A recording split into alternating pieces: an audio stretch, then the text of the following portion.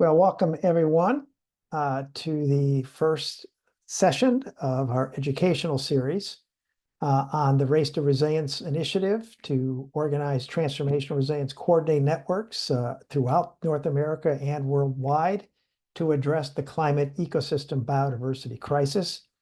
I want to thank all of our co-sponsors for this initiative. As you can see, all their logos there. And I also want to welcome all of you, no matter what time zone you're in or what nation you live in. We had 110 people register from this from many, many countries. I know different time zones, they can't make it, but they will get all the slides and video of this afterwards. So just welcome to all of you.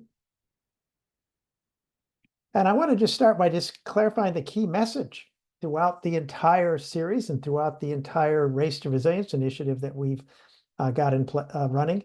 And that is that community is medicine. Throughout human history, our ability to band together and cooperate has always been key to providing the mutual aid and emotional support needed to help people survive and remain healthy and resilient during different kinds of crises and solve complex problems. And by organizing transformational resilience coordinated networks in communities and neighborhoods, again, we can do this now for the climate ecosystem biodiversity crisis. So the goal of this short two-part educational series is to give you enough information to decide if you want to form a transformational resilience coordinated network in your neighborhood or community. And today's focus is why is it vital to organize TRCNs everywhere for the climate ecosystem biodiversity crisis, and some basic steps involved with organizing a transformational resilience coordinated network. Let's start, though, with just taking a very brief resilience pause. And this is something you might want to think about doing yourself on an ongoing basis in your life with your family, and especially if you're involved with groups and doing a transformational resilience coordinated network, to really engage members in this kind of activity. And we're going to start by just this resilience pause. We'll focus on identifying your prevention and healing resources. So think back to a time, if you would, when you experienced severe stress or trauma or were traumatized. Just try to imagine, bring that back to mind. Don't get deeply into it, but just bring that. Maybe it was yesterday, maybe it was last week, maybe it was 4 years ago. Could have been something related to relationships, work, whatever. When will you experience severe stress or were traumatized? Just bring one to mind. And then think about if you were able to prevent serious emotional harm or heal when you were harmed, what were the most helpful elements? For example, was it having a person or a group you trusted to talk with? Was it specific skills or strengths you relied on? Was it specific practices or activities you engaged in? Just think about that. Write down a few notes to yourself if you want. Just mentally note that.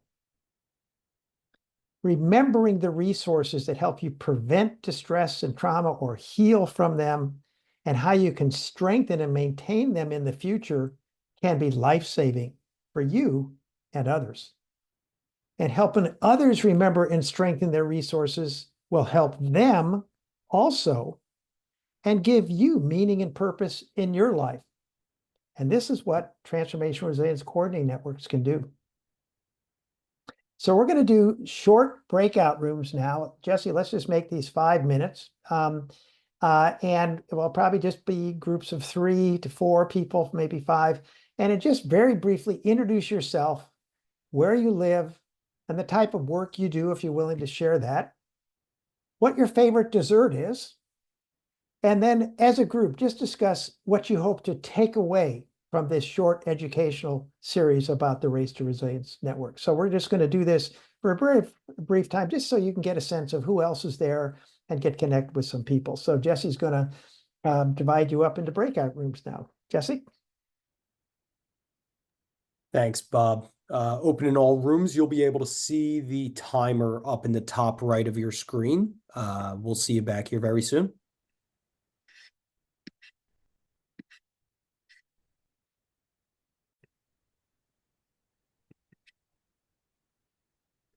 Bob, you also came back muted.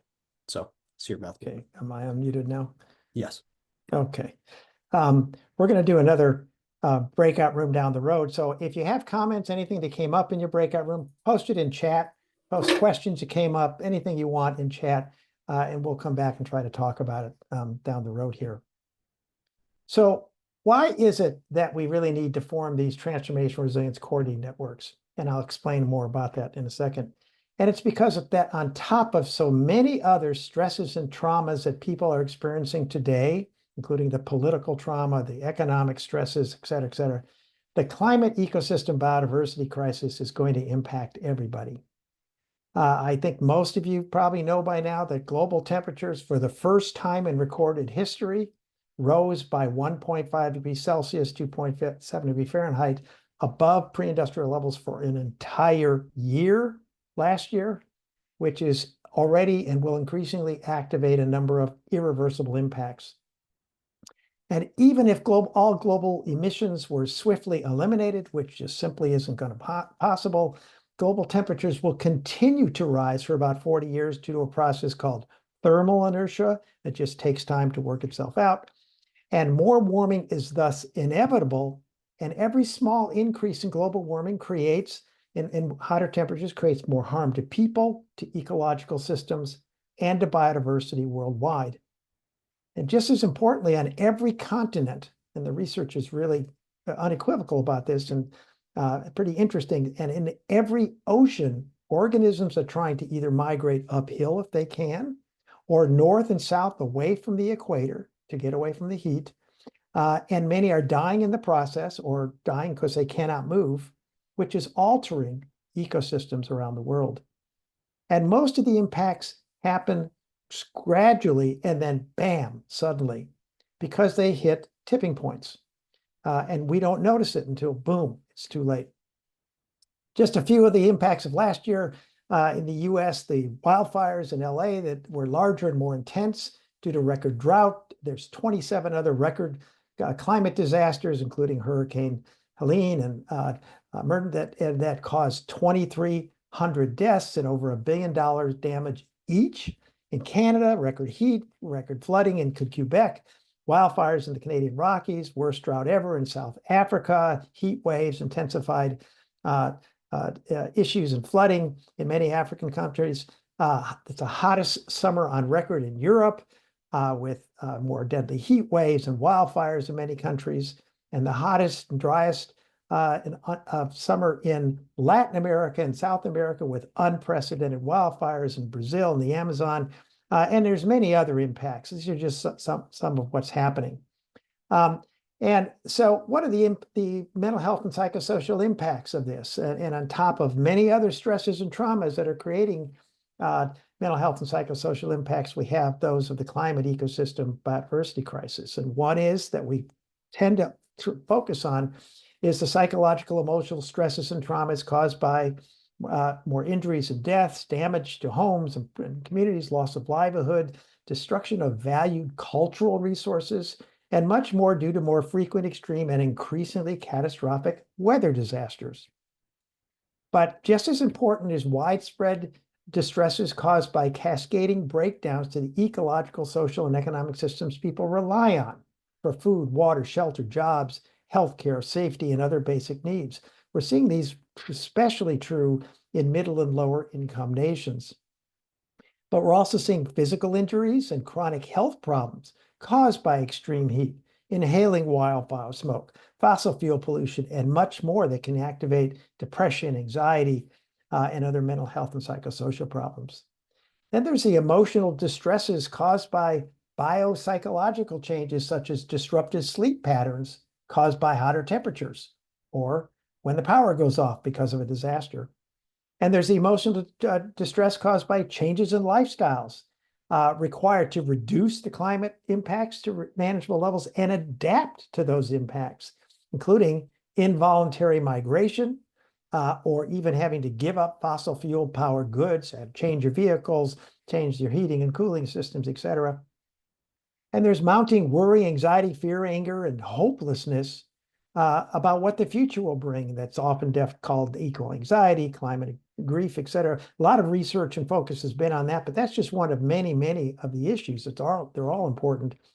All of this is actually creating, in many places, widespread psychological traumas due to shattered beliefs about the world and the way we should think and act in it.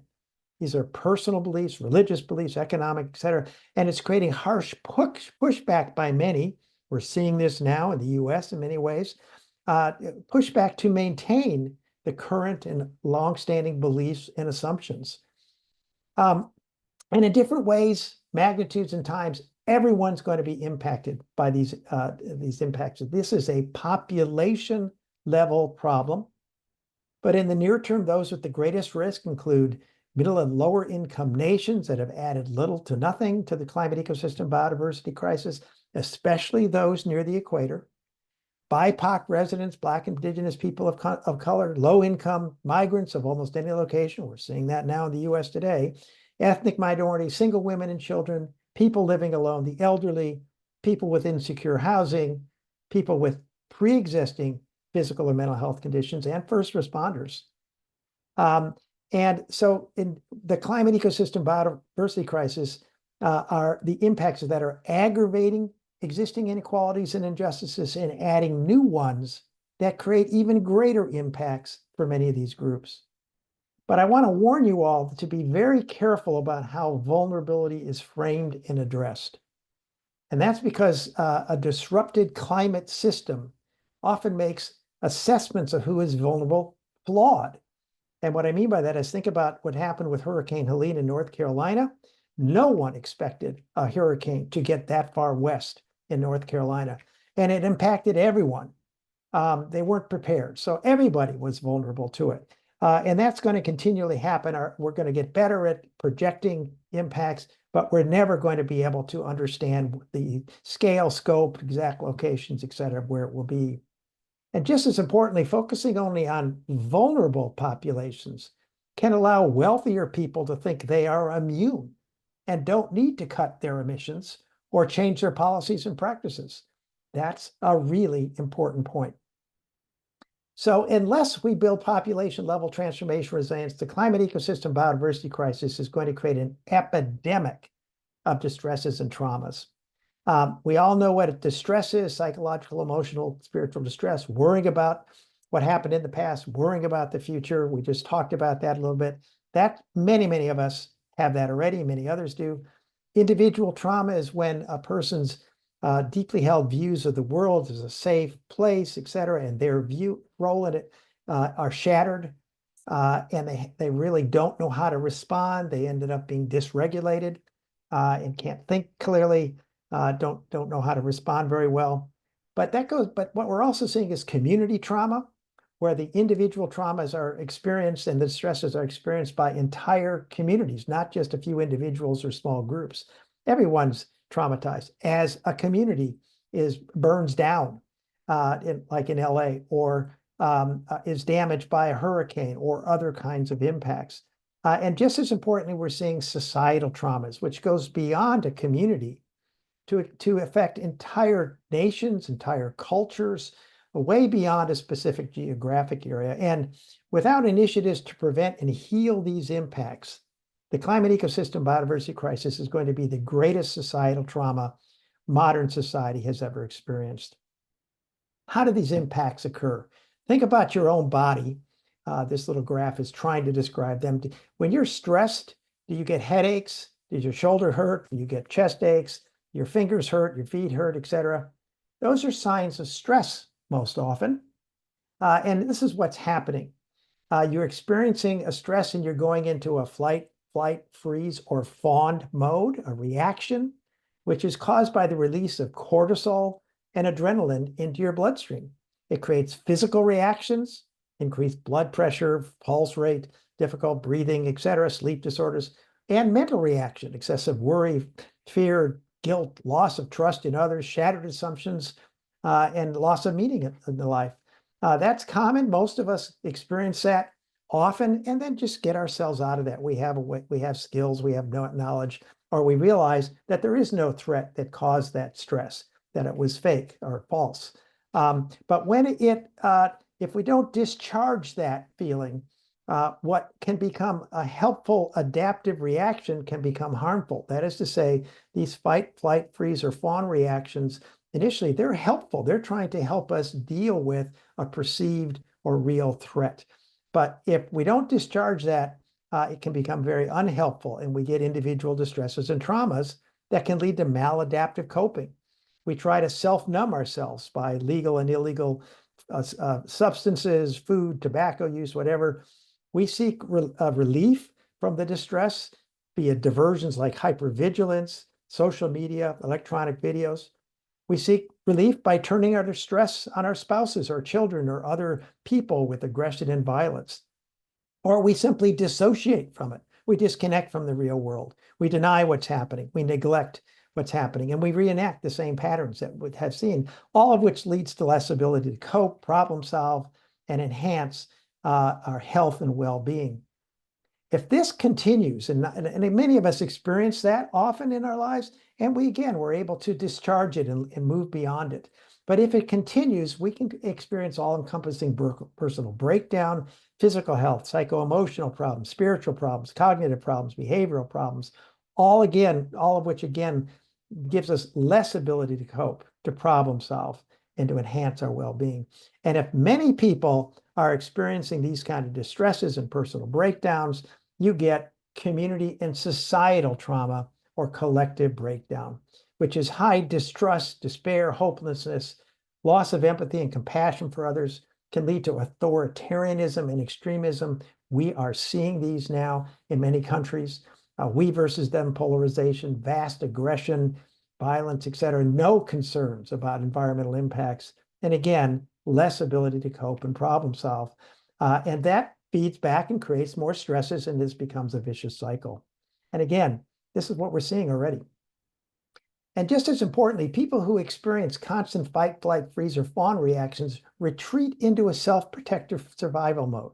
They're just trying to get by in life, which makes them less adaptable to change and less able to make good decisions, which blocks solutions to the climate emergency just at a time when new thinking, adaptation, and many types of transformational changes are needed.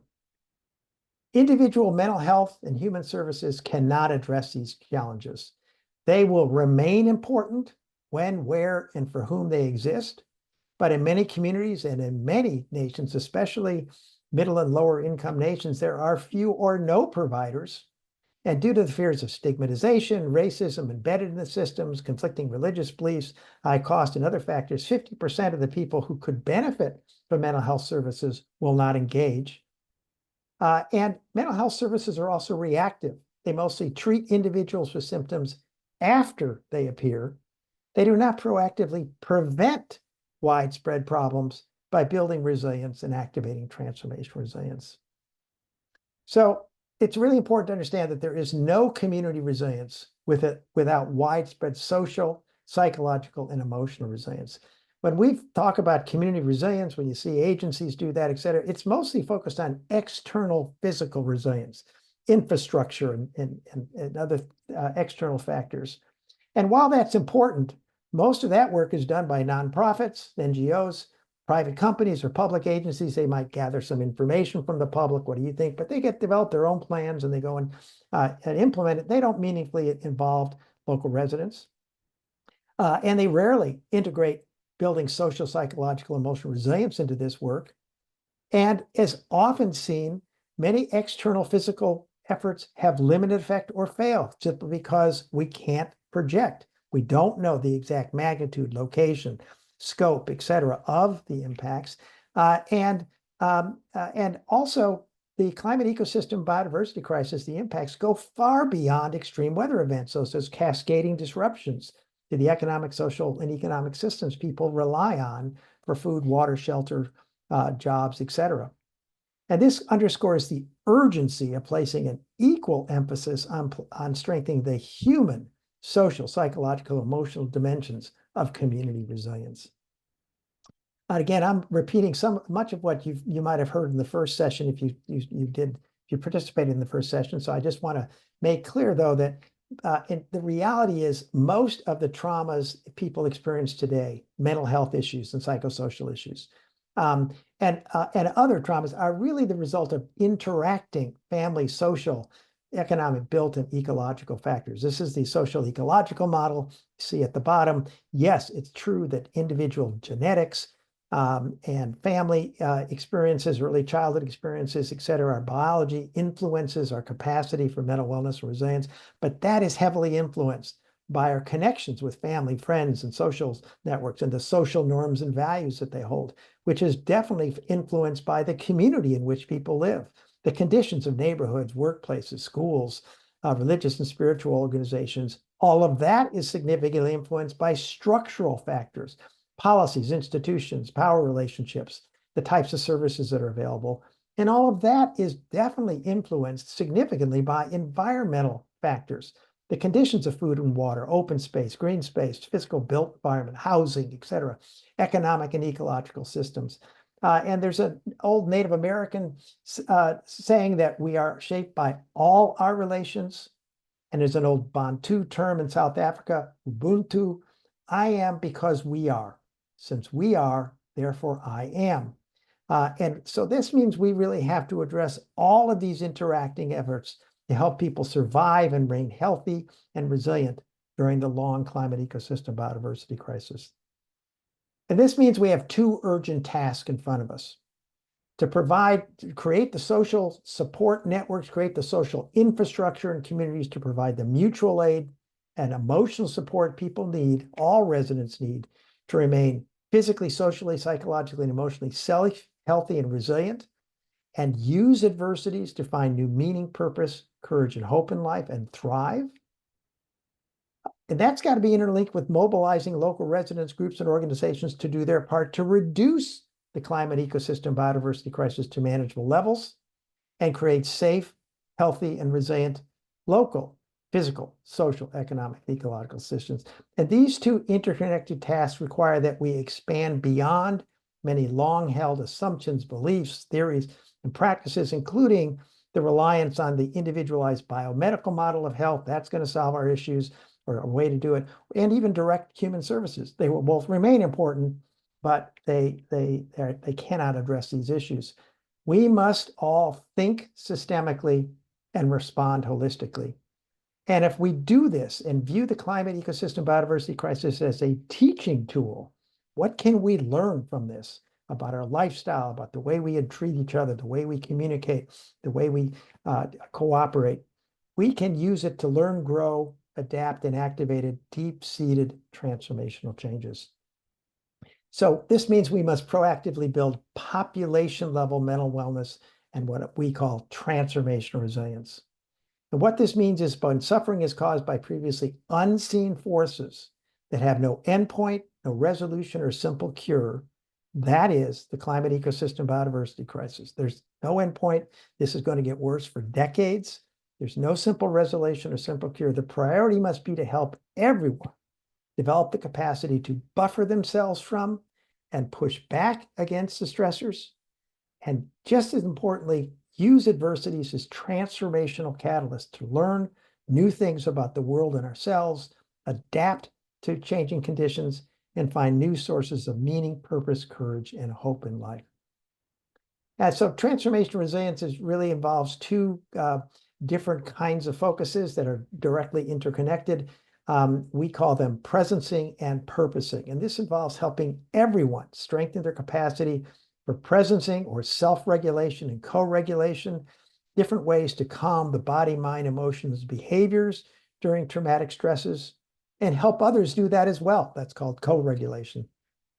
But just as importantly is purposing, or what in psychology it's called adversity-based growth. And that is to learn from adversities and find new meaning, direction, and hope in them. And when we do that, it often reveals new strengths and skills that we never thought we had. We develop better bonds with people that we didn't exist before, greater appreciation in life, and many other very, very positive things. Presencing and purposing are primary prevention. And the combination, we have seen time and again, can rebuild faith and hope in the future. So here's one way to think about transformation resilience. We all have a certain level of functioning, the left side, but then an adverse event comes around and we become dysregulated. This happens to all of us. It's just the nature of life. Most of us eventually recover. We calm our body, mind, and emotion. We calm our nervous system. And stabilize the nervous system, return to some level close to where we were before that event. But other people use the event to grow. This is what purposing is about. And this is what transformational resilience is. It's moving beyond our current levels of functioning, using crisis, using adversities to do that. By holding the pain, doesn't go away. We're managing it well. It requires making a choice. Either we continue to suffer or we learn how to hold the pain we have and examine and learn about the world and ourselves and find new meaning in adversities by viewing them as lessons that transform pain into constructive new types of actions. That's what transformational resilience is, and that's what we need for the climate ecosystem biodiversity crisis. This is really critical. Why do this at the population level? As a noted clinical psychologist, George Albee once said, no epidemic has ever been resolved by paying attention to the treatment of the affected individual. This is a clinical psychologist. He wasn't a physical health person. And even he's saying when you have this scale and scope of mental health and psychosocial issues, you can't just focus on the individual. And this underscores the urgent need to expand the way we address mental health and psychosocial issues to prioritize a public health approach to mental wellness and transformational resilience. A public health approach to mental wellness and transformational resilience takes a population level approach, helps everyone, not merely those focused on individuals with symptoms of pathology or high-risk vulnerable groups, so they are fully included using what's called proportionate universalism and life course approaches. I don't have time to get into that, but there are. So we must really remember our mantra must be leave no one behind. A public health approach to mental wellness and transformation resilience prioritizes preventing problems before they emerge, not merely reacting to or treating them afterwards, and it integrates group and community-minded healing methods into the prevention strategies. So we always have to remember that prevention is the cure. And it accomplishes these goals by strengthening protective factors, as they're called, social support networks, resilience skills, local habits, resources, et cetera, that build and sustain healthy thinking and behavior, not just trying to fix deficits in a community or treating individuals with symptoms of pathology. We need to build strengths, social connections, and resources. And the research is pretty clear. It's unequivocal. In fact, we can enhance mental wellness and transformational resilience. And that the most effective way to do that is to establish the horizontal social infrastructure in communities. We call it a Transformational Resilience Coordinating Network, TRCN. You can call it whatever you want. Each community should use terms, language, phrases that resonates with local residents. But it really involves engaging a broad and diverse array of grassroots, neighborhood, and neighborhood leaders, faith and spirituality, youth, education, mental health, human services, business, disaster management, and other nonprofit, private, and public sector leaders. It really depends on the community that together implement strategies that mobilize residents to cooperate and provide mutual aid and emotional support to others and strengthen as many protective factors in their community as possible. So why should we do this? Why is this really needed? If you see on the left side, it's called the pre-disaster state. Often, not always, but often we have warning about disasters about to happen.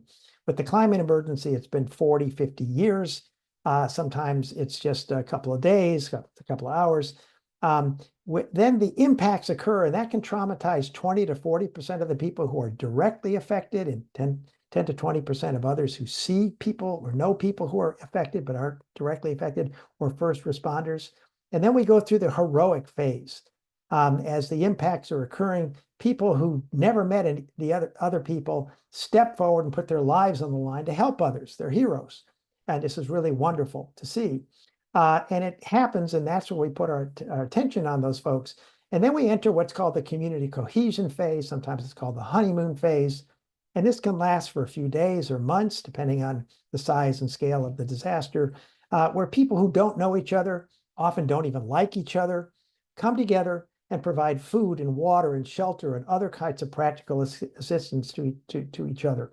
And it's really powerful. And that's what we think about. We think about disasters. Oh, it's going to bring people together.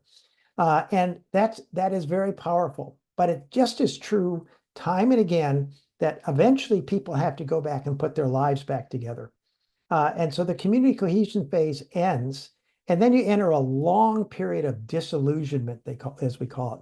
This can last for months or years, and this is where most of the individual and collective mental health and psychosocial problems emerge. And again, some people remain dysregulated after months or years. Most other eventually begin to recover. They come to terms, they work through their grief, but it can take months or years, and they recover unless new stresses or new disasters occur, as the climate ecosystem biodiversity crisis is going to continually occur, that prevents recovery or keeps them from recovery. So why do we need these transformation resilience coordinating networks? Because the climate ecosystem biodiversity crisis is going to continually activate disasters and stresses for decades. It's not a one-time thing that goes away. Most mental health and psychosocial problems surface months or longer after the extreme disasters or stresses occurs. So we need to construct the horizontal social infrastructure in communities that helps residents sustain that community cohesion phase for decades to come. So we always have to remember that our ability to cooperate and provide mutual aid and emotional support has always been key to human survival, wellness, and resilience. Here's a sample, an ideal transformational resilience coordinating network. On the inside, you see in the inside circle is the board of directors. Up at the top, there's neighborhood leaders, private sector, civic leaders, youth leaders. Moving to the right, public sector, mental health, faith leaders, etc. They might hire staff. They also elect co-chairs and executive committee. They make the decisions. They're planning the strategies. But outside of that, there's often groups working with different populations and sectors that are developing their own strategies to work with these groups. So up in the upper right-hand corner, there's a neighborhood innovation team working with neighborhood groups, private sector going to the right here, youth groups, education teams, public sector, human services, climate and disaster management, et cetera. And they share their strategies and get feedback on it. So why do we need this well-coordinated kind of decentralization, as we call it? Because it's not a one organization doing all this work. It's coordinating all these other efforts using a ring team or hub-and-spoke approach. And it's because without this, there's often disconnected groups in our communities working on siloed issues, often competing for attention and funding, and not providing everyone with the mutual aid and emotional support they need to survive and remain healthy and resilient and adapt in ways that are really needed. We must cooperate in new and expanded ways to respond to the climate ecosystem biodiversity crisis. So here's a few examples of in the US, of transformational resilience coordinating networks. Many start with adverse childhood experiences or physical health or community violence and expand from there. North Carolina has now 50, I think, either in development or really up and running. They focus on 4 ACEs, as they call them: adverse childhood experiences, adverse community experiences, adverse climate experiences, and atrocious cultural experiences, which I think means mostly racism. West Virginia has 32 trauma-informed community networks available. We're up and running. Peace for Tarpon in Tarpon Springs, Florida, the Community Resilience Initiative in Walla Walla, Washington. Rhode Island has health equity zones all over, and many others were described in the report, the MARC report, Mobilizing Action for Resilient Communities, that are mostly focused on ACEs.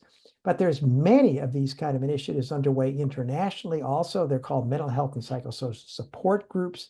Most are focused on humanitarian issues, child protection, and emergency settings. And the Interagency Standing Committee defines it as a community-based MHPSS approach, puts individuals, communities, and social systems at the center of the intervention in all phases of the response. Only a few of these initiatives describe their work as a public health approach, but they're really using that. They each start with and they address issues specifically present in their community. Each is unique. There is no one-size-fits-all approach. None address all of the 5 foundational protective factors we will discuss in the next session next Tuesday. And only a few are really explicitly focused on the climate ecosystem biodiversity crisis yet. But they show how community is medicine. If those not focused on the climate catastrophe expand to address it, and thousands of new initiatives are launched, we can build universal capacity for transformational resilience for the climate ecosystem biodiversity crisis. Okay, let's dive into how this works. Today, we're going to talk about how you can form a steering committee and develop a mission and vision.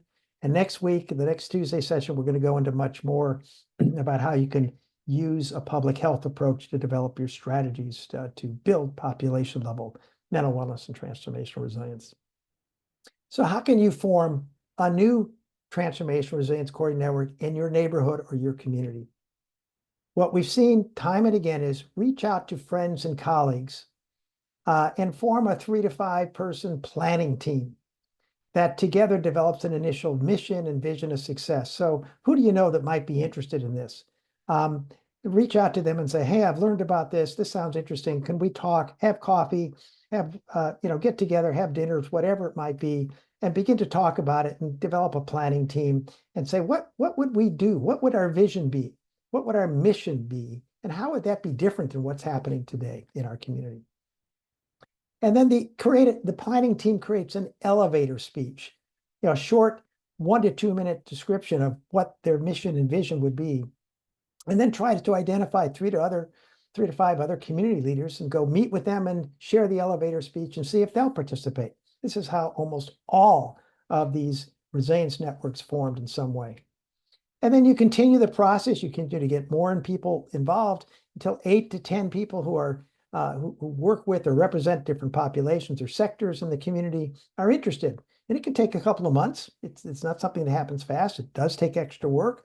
But you get to hold some meetings among your group, get to know each other, build some camaraderie, get to know what everyone is interested in, and ask them to expand the mission and vision you initially created so it includes all of their perspectives. And when you have 8 or 10 more people involved that support the mission and vision, it might need to be worked on a little bit more, ask them to form the initial steering committee of the Transformational Resilience Coordinating Network. You could call it a leadership council, whatever you want to call it, a group that oversees the initiative, and give it a name. So it can take 2 to 3 months to do all this work. If you're a member of an existing organization or network, how do you help that become a Transformational Resilience Coordinating Network? Talk with key members in your organization about expanding it to become a TRCN for the climate ecosystem biodiversity crisis, that is to address those issues. And together, start talking about what our initial vision and mission would be. How is it different than what our organization's mission is now? How can we change or alter that vision, expand it a bit? Then create an elevator speech, again, describing the new mission and vision or the expanded one, share it with other members of the organization or group, and secure additional support. Identify key people and keep sharing it and invite others to participate. And if your group agrees to expand its mission, vision to specifically address the climate ecosystem biodiversity crisis, that doesn't mean giving up the other work you've done. It means expanding it to address that. Reach out to other people who work with or represent different populations or sectors of the community that are going to be affected by this and invite them to participate. And then when you have an expanded steering committee in place, you can form an updated mission and vision statement, let the community or your neighborhood know about it, and continue to invite additional participation. So if you would now, for just a few seconds, I'd like you to, if you are wanting to start a new transformational resilience community, just take a second to write down 1 to 3 grassroots neighborhood or civic leaders you can reach out to engage in this, or 1 to 3 nonprofit, private, or public sector leaders you can talk about this, and just make some notes about that. And if you're part of an existing organization or network, can you just write down who you can partner with in the organization or the group to expand it to become a TRCN to address the climate ecosystem biodiversity crisis? Just take a few moments to write down your thoughts. Who can you reach out to? Who do you know?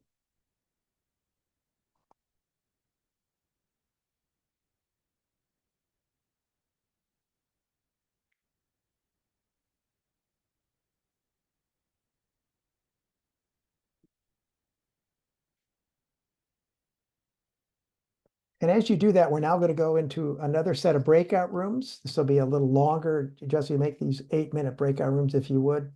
And introduce yourself. And then as a group, discuss how you can form a new transformation resilience coordinating network in your community or expand an existing organization or group to become a TRCN for the climate ecosystem biodiversity crisis. Please have someone put the key points in questions that come up with chat. So just discuss, is this possible to do? How would you do it? Who would you reach out to? What would your first steps could be? And if you're willing, when would you start that process?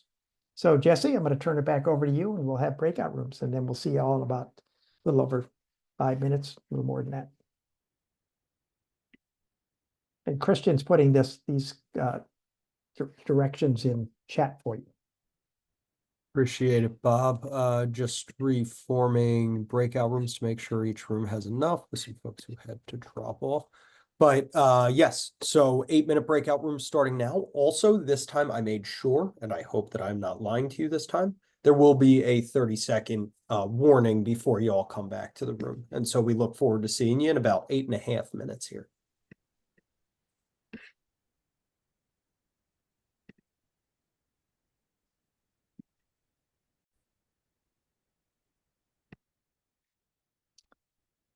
Well, welcome back, everybody. Everybody is back?